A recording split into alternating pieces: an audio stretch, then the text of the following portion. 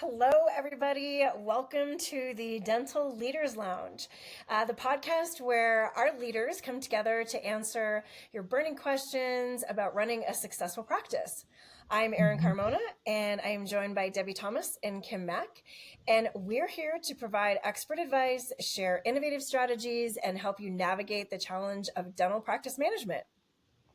Awesome. Yeah, today we're diving into our Dear Practice Strategies mailbag, addressing your most pressing questions and offer practical solutions to elevate your practice.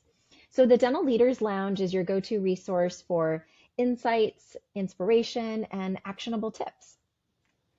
All right, I'm super excited. So, everybody grab a cup of coffee, settle Okay. in, and join us in the lounge, and let's get started.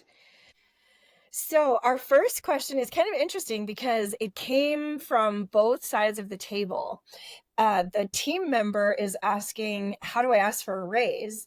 And then we had an owner submit a question that said, my team is always wanting more money.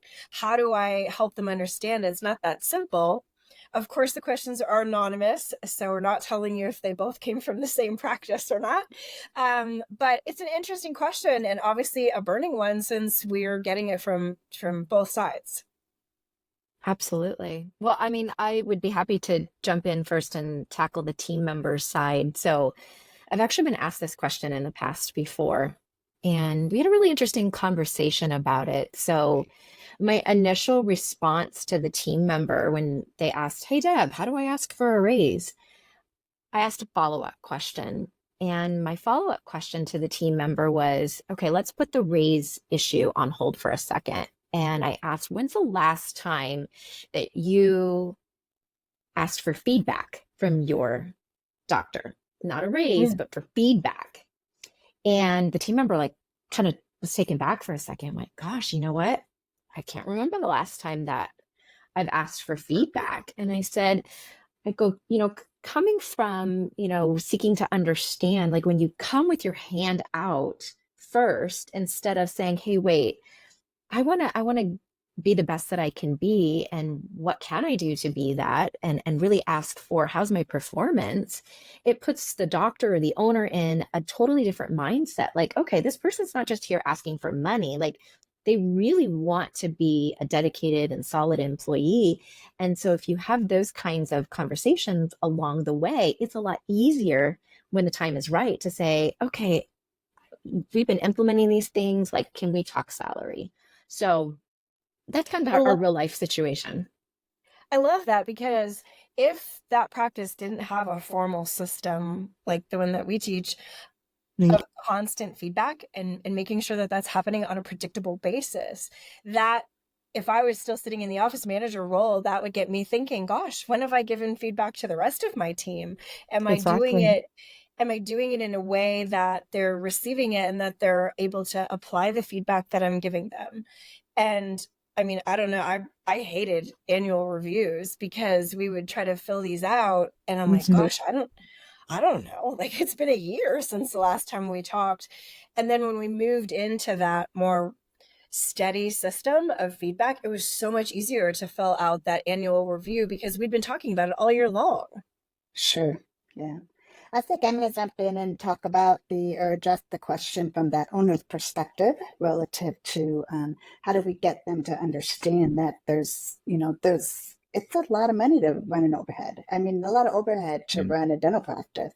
And at Practice Strategies, one of our core beliefs is that people want to do good and be good. And I really believe that employees want their doctors to succeed. And they just really have no idea the cost of overhead. And so, frankly, the only way to overcome that is to share it and to share a version of your P&Ls with your team so that they can better understand what the expenses involved are. And every time we do that, every time we implement that, it's an aha moment for employees. And once they can understand that, and we can explain to them that there's benchmarks in the various categories, and they can see where they're falling in those benchmarks, they get it. It really becomes an aha moment for them. So I encourage all owners to be okay and be vulnerable to share your, a shortened version of your P&Ls.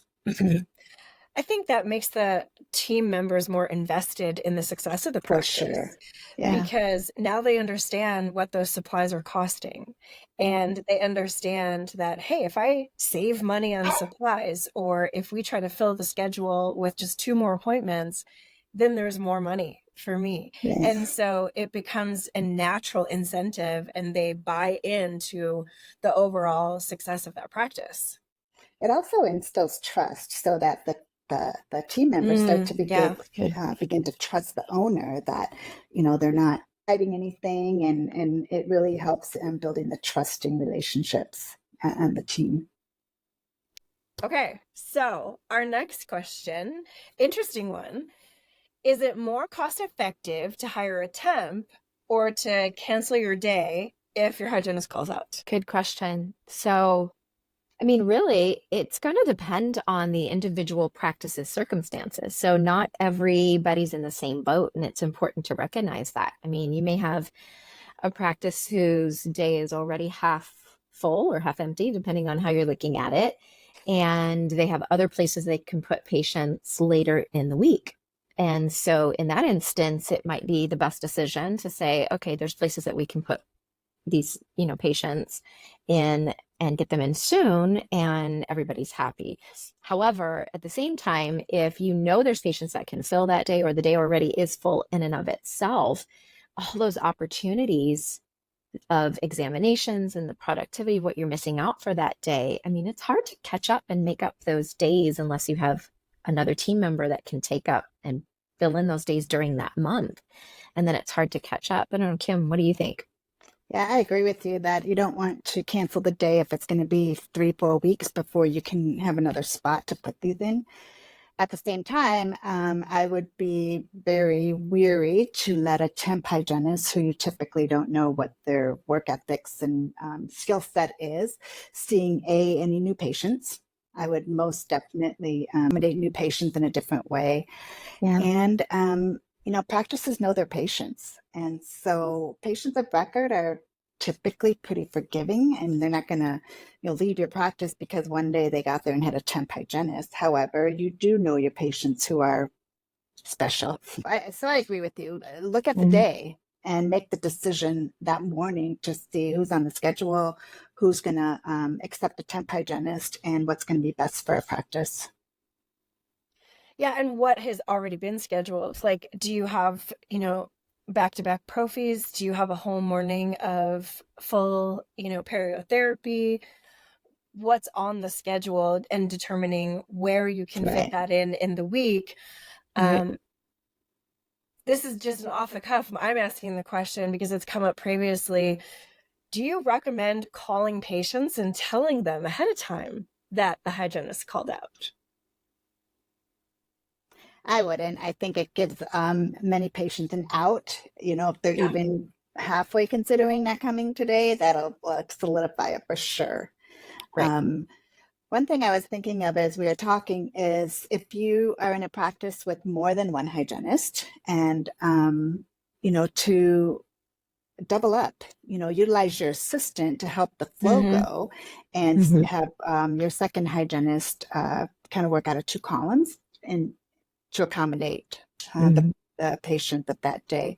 At least the patients coming in are more familiar, and that your hygienist is part of the team. That's another option instead of bringing in a temp. Yeah, so just sort of a modified accelerated hygiene for the day. Yeah, for sure. Okay, next question. How do I get my team to show up for my morning huddle? I would assume this is coming from an office manager, possibly an owner, but the struggle's real. It's so real. We can all attest to that. I've stood in several morning meetings like by myself. So yeah, the struggle's real. I think the first question you have to ask is what are your team members getting out of the morning meeting? And if it's a productive, motivating meeting, they're going to be more likely to come. And so that would be number one: is how are these meetings being conducted? What's what value is it for the rest of the team, because without value, sleeping in that extra 10 minutes is going to feel a whole lot better. Yeah. I think FOMO is real, fear of missing out. If your morning meeting or huddle is, like Kim said, if it contains such good information that the rest of the team is like, oh man, I don't want to miss the morning huddle because that's where we find out X, Y, and Z. And if I go through my day and I don't know that information or I didn't find these things out, how am I going to be able to catch up with everybody? And so when you cover those kind of critical touch points about your day and things with the team where everybody's like, well, we're a well-oiled machine, but you're not because you weren't here, then they're naturally going to either step up or it's going to really start to show the team members that they're like, I don't know that I want to be here in that capacity. And then that's a whole different discussion, right? So Right. And I think a lot of it depends on the personality dynamic of your team, in how you make that meeting valuable to them. If you have, from the disc profile perspective, if you have a team full of high I's, you're going to want to play a lot of games. You're going to want to make that just super exciting. We're having a morning party. If you have more people who are really interested in in more data, modifying that and making sure that you're creating value for each different personality on your team in one meeting. Totally and true. Also, I mean, at the end of the day, if it is that important for the team, raise your expectations. If I'm a team member and there's no consequences to my behavior, if you will, then I'm going to do what's better for me. The other team members will follow suit, right? Well, if, he or she doesn't come and there's no consequences, I'm going to stop for coffee this morning. Nobody will care if I'm late for the morning meeting, right? And so consistency and follow through in your expectations of your team. It's good. Mm-hmm. Consistency, speaking to that, I think having an agenda, going through the same information every morning so that the team knows what their FOMO is. Like, oh, if I don't show up, I'm not going to find out about what all these patients want today, or I'm not going to find out about more production opportunities, or having that agenda so that it is predictable from the team's perspective of what value they're going to be getting out of that meeting. Yeah. Mm-hmm. And having participation. So many times we'll go into an office and it's either the doctor running the meeting and going through the schedule and who's going to have what. And frankly, we can all read that on the schedule. Having team members participate in that meeting so that not one person alone is running it and responsible for bringing all the information. Right? That definitely motivates participation, because if I know that if my team is counting on me to deliver that information every morning, then my likelihood of sleeping in a little bit is gonna go down, because I don't want to let the rest of my team down. Right. Okay, our final question of the day is, how do we know when it's the right time to dismiss a patient? That's a really great question. So, it's really important from a practice perspective to remove your emotion from the situation, right? There's a lot of different reasons why this question is even coming up in the first place. Maybe something the patient did or said or situation. And so like taking a step back and saying, I'm not going to look at it from an emotional perspective, but I'm going to look at it from a logical perspective and really think through, what are the pros and cons to this? What am I standing to gain by it? What am I standing to lose by it? Is it the right decision? What risks are involved? Like, there's a lot to consider before you just say, okay, we're dismissing this patient. Yeah, so I agree. There's a lot to consider from a financial perspective, right? A lot to consider from, let's talk about the social media perspectives, it depending on how it's done. If you tip the patient off in a wrong way, we all know that they can head to the internet and, and tarnish our name there. So yeah, I encourage you to have some guidelines in your practice. But these are the hard and fast reasons that we will terminate a patient from our practice. Things like being disrespectful to my team, or whatever that list is, but have it, and then reference that before you do it again, just before you do it, so that you Right. can make sure you are removing those emotions. Yeah. Yeah, having a checklist of these are the reasons why we dismiss a patient. Mhm. Obviously, it will change patient to patient, but at least having that boilerplate gives the team Yeah. confidence to know, hey, Mm. we're kind of getting to that point where Yeah. we might be ready to dismiss this patient. Right. Right. I hear a lot of offices who want to dismiss patients who continually miss appointments, break appointments. And, that's one of those things where I'm going to say, I think you should consider that, because, um, we always train our clients that the final question before you dismiss a patient is, do they think that I'm their dentist? Right. And so the fact that they're missing appointments, that's just stating that their dental care isn't a priority to them. Right. And it's not personal. It shouldn't be taken personally. When they're ready to come in, the question is, are they going to call you? Right. And if you dismiss them, who are they going to call? Right. That's Mm, so good. In fact, yeah. it even leads to the point, like there's some time for self-reflection too before you dismiss a patient. Like, for example, the missed appointments. If patients are continually missing appointments, have you looked at your internal systems and protocols Mhm. of how you handle these?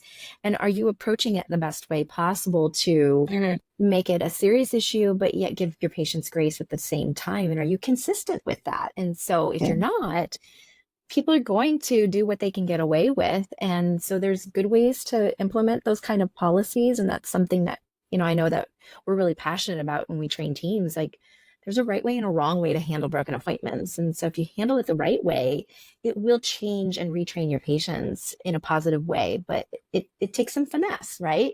And so it's something to consider too. Do some self-reflection before you're quick to just pull the trigger on, let's get rid of this patient.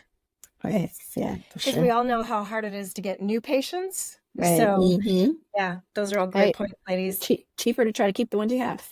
Exactly. Well, this has been great conversation. Thank you, Yeah. ladies. And this wraps up this episode of our Dental Leaders Lounge. Everybody, we hope that you found our insights helpful and inspiring. And remember, if you have any questions or need advice on literally anything about practice management, please feel free to send them to our Dear Practice Strategies mailbag. We love hearing from you, and we're here to help you succeed. Don't forget to like, subscribe, rate, review, all of those things for our podcast. Your feedback helps us grow and continue to bring you valuable content. Awesome. And follow us on social media and visit our website for more resources and updates. Until next time, keep leading, innovating, and thriving in your dental practice. See you next time. Our clients. So that's the best part. Is I like working with them. They're constantly learning and they're constantly improving.